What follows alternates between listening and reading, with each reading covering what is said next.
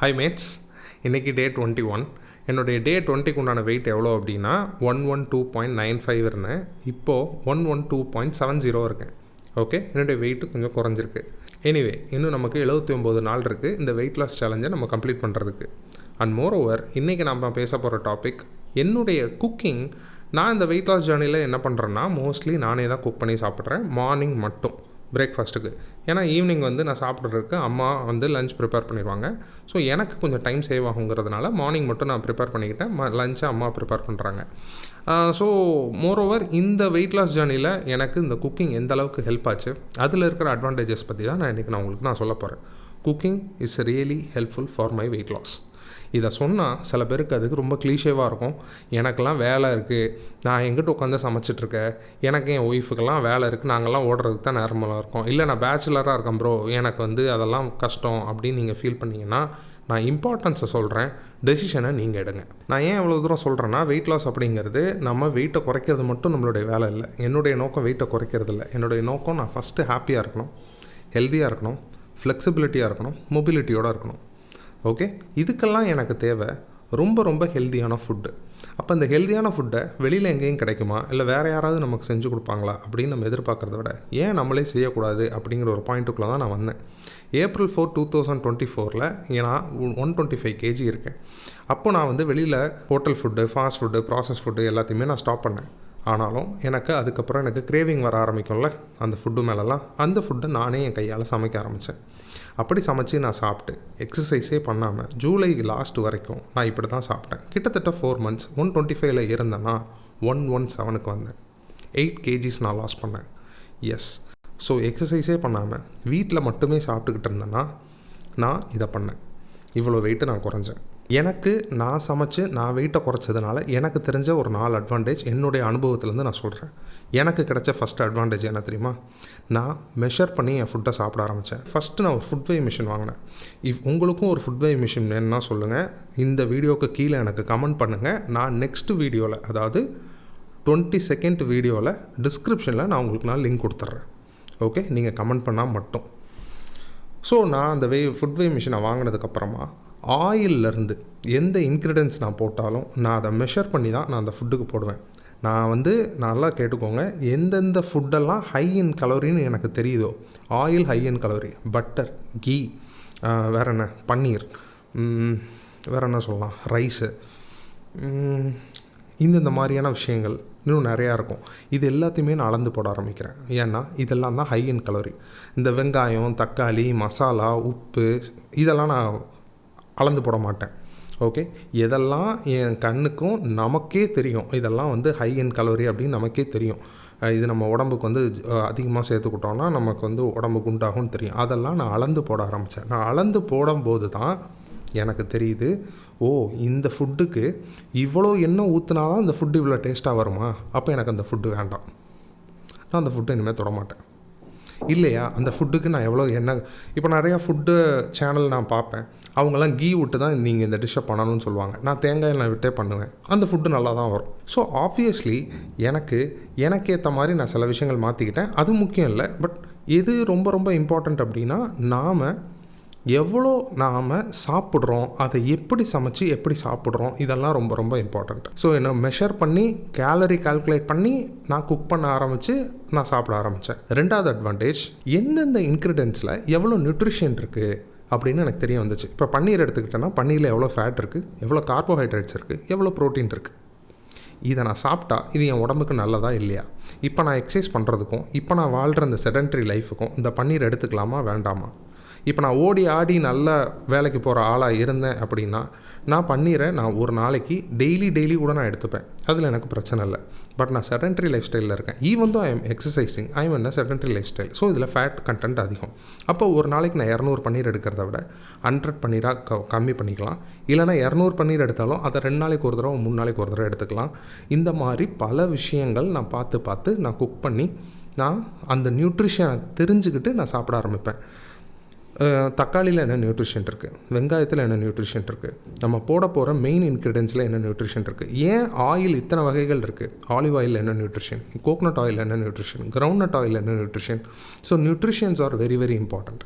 இதை நான் கிராப் பண்ணுறதுக்கும், இதை நான் தெரிஞ்சுக்கிறதுக்கும், இதை நான் கற்றுக்கிறதுக்கும் நான் உட்காந்து புக்கு படித்து வீடியோஸ் பார்த்து அப்படி கற்றுக்கல.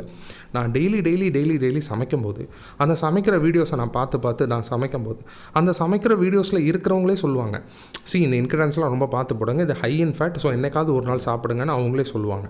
ஸோ அந்த மாதிரி வீடியோஸ்லாம் நான் அப்படியா, இது அந்த மாதிரியா, இது இப்படியா, இந்த மாதிரி இன்க்ரீடியன்ஸ் இப்படியா, இதெல்லாம் எனக்கு கொஞ்சம் கொஞ்சமாக தெரிய வர நான் அந்த நியூட்ரிஷன்ஸை பற்றி அதிகமாக நான் தெரிஞ்சுக்க. இப்போ ப்ரொக்கோலி இருக்குது. ப்ரொக்கோலி வந்து நிறையா ஃபைபர் கண்டென்ட் உள்ளது. ஆனால் அந்த ஃபைபர் ப்ரொக்கோலியான அந்த பூ மாதிரி இருக்கும்ல, அதில் இருக்கா இல்லை அந்த ஸ்டெம்மில் இருக்கான்னு பார்த்தா ஸ்டெம்மில் தான் அதிக ஃபைபர் இருக்குது. அப்போ அந்த ஸ்டெம்மை எப்படி குக் பண்ணி சாப்பிட்லாம் அப்படிங்கிறதெல்லாம் நம்ம யோசிக்க ஆரம்பிப்போம். ஓகே, ஸோ ஃபைபர் அதிகமாக வேணும், ப்ரோட்டீன் அதிகமாக வேணும், கார்போஹைட்ரேட்ஸ் கம்மியாக வேணும், ஃபேட்டு ஓரளவுக்கு வேணும். இதெல்லாம் நாம் கால்குலேட் பண்ணி தான் நம்ம சாப்பிடணும். If you are in a weight loss, குக்கிங்கோடைய 2வது அட்வான்டேஜ் எனக்கு இது கிடச்சிது. நம்பர் 3rd அட்வான்டேஜ், இன்றைக்கி என் மூடு சரியில்லாமல் இருக்கும். ஒரு வேளை ஹாப்பியான மூடாக கூட இருப்பேன், சம்டைம்ஸ் சேடான மூடாக இருப்பேன், சம்டைம்ஸ் ரொம்ப க்ரம்பியாக இருப்பேன். இந்த மாதிரி ஒவ்வொரு மூடு நமக்கு இருக்கும்ல, அந்த மூடுக்கு தகுந்த மாதிரி நமக்கு ஒரு ஃபுட்டு தேவைப்படும், இல்லை நம்ம வயிறுக்கு தகுந்த மாதிரி ஃபுட்டு தேவைப்படும். எனக்கு இன்றைக்கி வயிறு சரியில்லை, எனக்கு இட்லி போதும். எனக்கு இன்றைக்கி வயிறு சரியில்லை, எனக்கு தயிர் சாதம் போதும். இப்படியா நமக்கு கேட்க தோணும் இல்லையா? இதெல்லாம் நம்மளே செஞ்சு பழகிக்கணும். இப்போ இட்லி சுடுறது ஓகே, வேண்டாம், அது இட்லி பாத்திரத்தில் இட்லியை வச்சு நம்ம சுட்டு எதுக்கு? ஒரு கல்லை வச்சோமா, ஒரு தோசையை சுற்றோமா, அதாவது நமக்கு தெரியணும்ல. அந்த தோசையை சுட்டு எடுத்து ஒரு சின்னதாக ஒரு சட்னி வைக்க நமக்கு தெரியணும்ல. ஏன்னா அந்த மூடு தான் எனக்கு அப்போ இருக்குது. எனக்கு பெருசாக எந்த வேலையும் செய்ய எனக்கு மூடு இல்லைப்பா. I want to eat a very comfortable food. ஒரு தயிர் சாதம் செஞ்சு சாப்பிட்ணும்ல. So depends on my mood, I should have to eat அப்படின்னு நான் முடிவு பண்ணேன்னா, நான் டக்குன்னு ஒரு ஸ்விக்கிலேயோ சொமேட்டோலையோ போய் ஆர்டர் பண்ணுறதோ, இல்லை எங்கள் அம்மாட்டையோ என் ஒய்ஃப்கிட்டையோ என் ஹஸ்பண்ட்கிட்டையோ எனக்கு இதை செஞ்சு தாங்க, எனக்கு என் மூடு இப்படி இருக்குது அப்படின்னு அவங்ககிட்டலாம் போய் நான் சொல்லியோ நான் பண்ண முடியாது.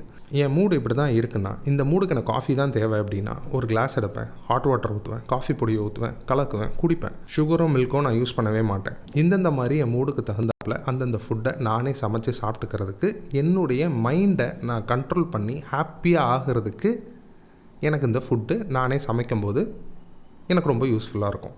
ஸோ இது என்னுடைய 3rd அட்வான்டேஜ். 4th அட்வான்டேஜ் என்னென்னா கான்ஃபிடென்ட். எங்கள் அம்மா இருக்காங்க, என் பார்ட்னர் இருக்காங்க, இல்லை எங்கள் அப்பா இருக்காங்க, இல்லைனா எனக்கு நிறையா பணம் இருக்குது, அதனால் நான் ஒரு வேலைக்காரங்க வச்சுக்கிறேன். எல்லோரும் மனுஷங்க தான். ஓகே, எல்லோரும் மனுஷங்க தான். அவங்களுக்கு நாளைக்கு உடம்பு சரியில்லாமல் போகலாம், ஊருக்கு போகலாம், இல்லையா அவங்களே ஒரு கட்டத்தில் கிரம்பியாக ஃபீல் பண்ணலாம். நான் வீட்டுக்கும் சமைக்கிறேன், உனக்கும் தனியாக எதுக்கு நான் சமைச்சிக்கிட்டு இருக்கணும் அப்படின்னு கூட அவங்க நினைக்கலாம். இந்த எல்லா நினைப்பையும் தவிர்த்து இவங்க நாளைக்கு இருக்காங்களோ இல்லையோ அதை பற்றிலாம் நான் கவலையே படாமல், எனக்கு குக்கிங் தெரியுங்கிறதுனால நான் ரொம்ப கான்ஃபிடெண்ட்டாக ஃபீல் பண்ணுவேன். நான் உலகத்தில் எந்த ஊருக்கு போனாலும் என்கிட்ட ஒரு பாத்திரம் இருக்குது, என்கிட்ட சில இன்க்ரீடியன்ஸ் இருக்குது அப்படின்னா I can able to cook அப்படிங்கிற ஒரு கான்ஃபிடென்ட் எனக்கு இருக்குல்ல. இது ரொம்ப ரொம்ப இம்பார்ட்டண்ட்டான கான்ஃபிடென்ட். இந்த கான்ஃபிடென்ஸ் எனக்கு இந்த அட்வான்டேஜ், இந்த குக்கிங் தான் எனக்கு இந்த கான்ஃபிடென்ஸை கொடுத்துச்சு. இந்த கான்ஃபிடென்ஸ் குக் பண்ணுறவங்களுக்கு மட்டும் கிடையாது, வெயிட் லாஸில் இருக்கிற நமக்கும். ஏன்னா வெயிட் லாஸோடைய டயட்டுங்கிறது செப்பரேட் டயட். இது டே டு டே லைஃப்பில் இருக்கக்கூடிய ஒரு சாப்பாடு கிடையாது, இது ஒரு டயட் ப்ராசஸ். ஸோ இந்த டயட்டில் வந்து இவ்வளோ தான் போடணும், இவ்வளோ தான் செய்யணும், நம்ம அளந்து செய்வோம். அம்மாட்ட கொண்டு போய் எனக்கு ஒரு டயட் ஃபுட்டை செஞ்சு கொடுமா, இன்றைக்கி எனக்கு ஒரு பன்னீரில் எனக்கு இதை பண்ணி கொடுமா அப்படின்னா அவங்க உங்ககிட்ட கேட்டு அளந்து எதையும் செய்ய மாட்டாங்க. அவங்க அவ்வளோ நாள் பழகினவங்க, அவங்களுக்கு என்னெல்லாம் கையில் கிடைக்குதோ போட்டு செய்ய தான் செய்வாங்க. உங்ககிட்ட வரும்போது நீங்கள் பார்க்கும்போது அது பன்னீர் புர்ஜி நீங்கள் கேட்டதாக தான் இருக்கும். ஆனால் அதில் ஊற்றிருக்கிற ஆயில், அதில் யூஸ் பண்ணியிருக்கிற இன்க்ரீடியன்ட்ஸ், இது எல்லாமே உங்கள் கண்ட்ரோலில் இருக்காது. புர்ஜி மட்டும்தான் உங்கள் கைக்கு வரும். ஸோ எனக்கு இந்த கான்ஃபிடென்ட்டை கொடுத்துச்சு. அட் த சேம் டைம் இது வந்து லைஃப் சேவிங் ஸ்கில். நாளைக்கு என்ன நடந்தாலும் என்னால் குக் பண்ண முடியும் அப்படிங்கிற ஒரு ஸ்கில்லை நான் கற்றுக்கிட்டேன் அப்படிங்கிற ஒரு மிகப்பெரிய கான்ஃபிடென்ட் எனக்கு வந்துருச்சு. இதுதான் இந்த 4 அட்வான்டேஜ். பட் இது எல்லாத்தையுமே உங்களுக்கு இந்த அட்வான்டேஜ் கிடைக்கணும்னா நீங்கள் ஃபஸ்ட்டு சமைக்க கற்றுக்கணும். சாப்பிட்றவங்களுக்கு சமைக்கிறதுக்கும் பிடிச்சி தான் ஆகணும், வேறு வழி இல்லை. அதுக்காக நான் கண்டிப்பாக சமைச்சு தான் ஆவேன், நான் ஒன்றும் பொண்ணு கிடையாது, நான் ஏன் இப்போ கிச்சன்லாம் நிற்கணும் அப்படிலாம் பேசாதீங்க. சமைக்கிறவங்க தான் சாப்பிட்ணுன்னு சட்டம் கொண்டு வந்துட்டாங்கன்னு வச்சுக்கோங்களேன், யாருமே நம்மலாம் சமைக்காமல் இருக்க முடியாது. ஸோ சமைக்கிறது நம்ம சமைப்போம். சமைக்கிறது ஒரு வேலை கிடையாது, இட்ஸ் அ ஸ்கில். ஓகே, இதை நம்ம கற்றுக்கிட்டா நமக்கு தான் நல்லது.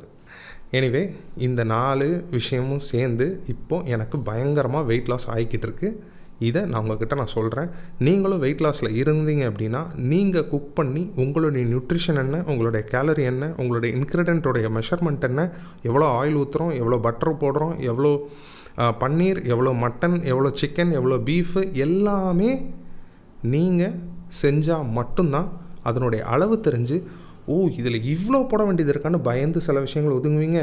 சில விஷயங்கள் நீங்களே எக்ஸ்பெரிமெண்ட் பண்ணி பார்ப்பீங்க. கோகோனட் ஆயிலுக்கு பதிலாக நான் ஆலிவ் ஆயில் ஊற்றிக்கிறேன், கிரவுண்ட் ஆயிலுக்கு பதிலாக நான் கோகோனட் ஆயில் ஊற்றிக்கிறேன் அப்படின்னு நீங்களே உங்களுக்கு ஆல்டர் பண்ணி நீங்கள் சாப்பிட ஆரம்பிக்கலாம். For your taste. இது எல்லாமே உங்களுடைய டேஸ்ட்டுக்காகவும் உங்களுடைய உடல் நலத்துக்காகவும் தான். இந்த 21st டேயோடைய டயட் அண்ட் எக்ஸசைஸ்க்குள்ளே இப்போ நான் போகிறேன்.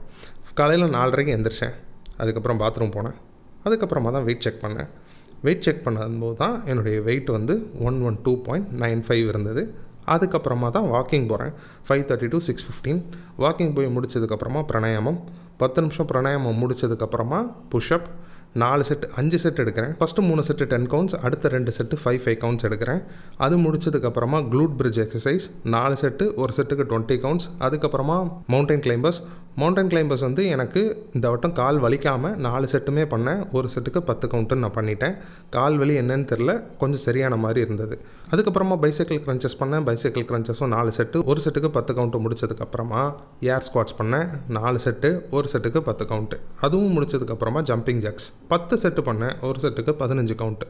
மொத்தமாக 150 கவுண்ட்டு முடிச்சதுக்கப்புறமா டம்பிள் எக்ஸசைஸ் பண்ணேன், அதாவது ஸ்ட்ரென்தனிங் எக்ஸசைஸ். இந்த ஸ்ட்ரென்தனிங் எக்ஸசைஸோடைய நேம் எதுவுமே எனக்கு தெரியாது. பட் இதை பண்ணது எல்லாமே என்னுடைய லவ் ஹேண்டல்ஸ்க்கு, என்னுடைய சைடு ஹிப்புக்கு, அப்புறம் என்னுடைய அப்டமனுக்கு நான் பண்ணேன். அதுக்கப்புறமா என்னுடைய செஸ்ட் அண்ட் ஷோல்டருக்கு நான் பண்ணேன். அதுக்கப்புறம் ஷோல்டருக்கு மட்டும் தனியாக நான் பண்ணேன். அதுக்கப்புறமா கடைசியாக பண்ணதுக்கு பேர் தான் லேட்ரல் ரைஸ். இந்த லேட்ரல் ரைஸுங்கிற பேர் வந்து நான் ஷார்ட்ஸ் பார்க்கும்போது எனக்கு ஞாபகத்தில் இருந்தது. அதனால் நான் இப்போ உங்களுக்கு சொல்கிறேன். இதுவும் அந்த ஷோல்டர் பண்ணுறதும் கிட்டத்தட்ட ஒரே மாதிரி தான் இருக்கும். பட் ஆனால் இது கொஞ்சம் நம்ம பெண்ட் பண்ணி பண்ணுற மாதிரி இருக்கும்.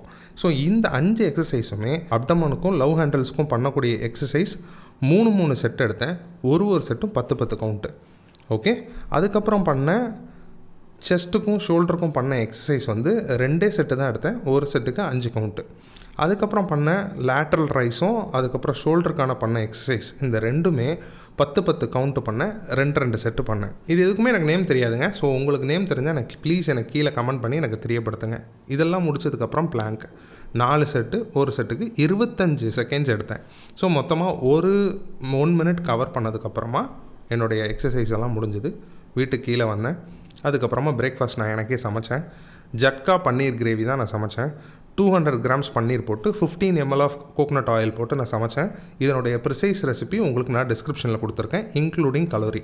பன்னீர் கிரேவி வந்து நான் எப்படி சாப்பிட்டேன் அப்படின்னா, 200 கிராம்ஸ் பன்னீர் கிரேவி சமைச்சு அதை பாதி போர்ஷன் ஆக்கி ஒரு போர்ஷனை 2 தோசையோடு வச்சு மார்னிங் பிரேக்ஃபாஸ்ட்டுக்கும், மீதி பாதி போர்ஷன் ஆஃப் பன்னீர் இருக்குல்ல, அதிலிருந்து 50 கிராம்ஸ் ஆஃப் பன்னீர் கிரேவி, அதுக்கப்புறம் 100 grams of boiled rice, yellow pumpkin ஒரு 150 கிராம். இது 1 மணிக்கு சாப்பிட்டது.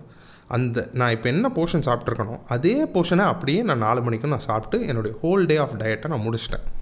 ஓகே. அதுக்கப்புறம் 7 மணிக்கு ஒரு தடவை ஒரு ஆப்பிள் சாப்பிட்டேன். இவ்வளோ தான் என்னுடைய மொத்த டயட்டு. 21st டேவுடைய டயட் அண்ட் எக்ஸசைஸ் எல்லாம் முடிச்சுட்டு நைட்டு 9:30 படுத்து 10 மணிக்கு தூங்கி காலையில் 4:30 எந்திரிச்சு பாத்ரூம் போனதுக்கப்புறம் நான் வெயிட் செக் பண்ணுறேன். அதுதான் 21st டேக்கு உண்டான வெயிட் செக்கிங். ஸோ அந்த வெயிட் செக் பண்ணும்போது 112.70 இருக்கேன். இதுதான் என்னுடைய ஓவரால் 21st டேவுடைய diet exercise process. I will meet you on the day 22. Piece.